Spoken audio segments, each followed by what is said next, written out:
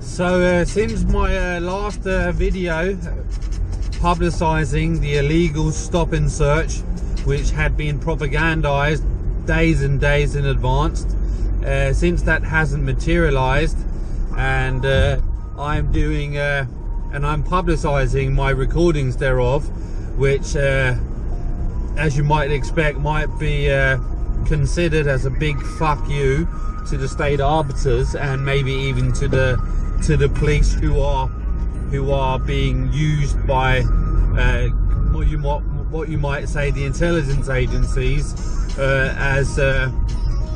their operators to conduct all sorts of kind of illegal and disproportionate actions against me, Stephen Bell, for absolutely nothing. So since my posting of this video, as I say, I have noticed there has been a heavy retaliation against me. Obviously this retaliation has taken place in such a way that I'm not able to respond or not able to reply in an appropriate manner because of the nature of the attacks against me. 90% of the time are information warfare tactics, psychological operations that are being waged against me by a conglomerate of states and their intelligence agencies, and the sea of minions which are regurgitating these never-ending propaganda campaigns and psyops, like comedians, podcasters, FM stations, and everything in between. It has become this big trendy thing to do, is to repeat the fabricated nonsense and bullshit which is being broadcasted by the state arbiters of the program. It has become this kind of trendy thing to do, despite that these propaganda campaigns are most often completely fictitious and have nothing to do with me whatsoever, despite the very notion that I feature in these virtual movie fabrications as the protagonist, which I obviously don't, but that's being proclaimed. And these virtual movie fabrications, in which all these justifications that are used to justify this never-ending social and political persecution of me and the program as well, is being justified through these fabrications, propaganda campaigns and what have you, that are being not only created but also broadcasted by this conglomerate of states and their intelligence agencies. And I'm always being implicated, while in reality I'm not doing anything wrong, hence why I'm not being arrested or called in for questioning for all of these claims and allegations that are being made in these never-ending propaganda campaigns. And instead they are coming after me, or attempting to come after me, for traffic violations, and they really want to take my license away, my driving license that is, because I use my driving license not only for me, myself personally, but I also use it for my small business, One Stop Engine Shop, which they are frantically trying to discredit, sabotage and destroy, not only by propaganda means, as they are doing to me and to me personally, my character, but they're also doing it in other ways, like taking the platforms away from me which I use. I'm having problems with my website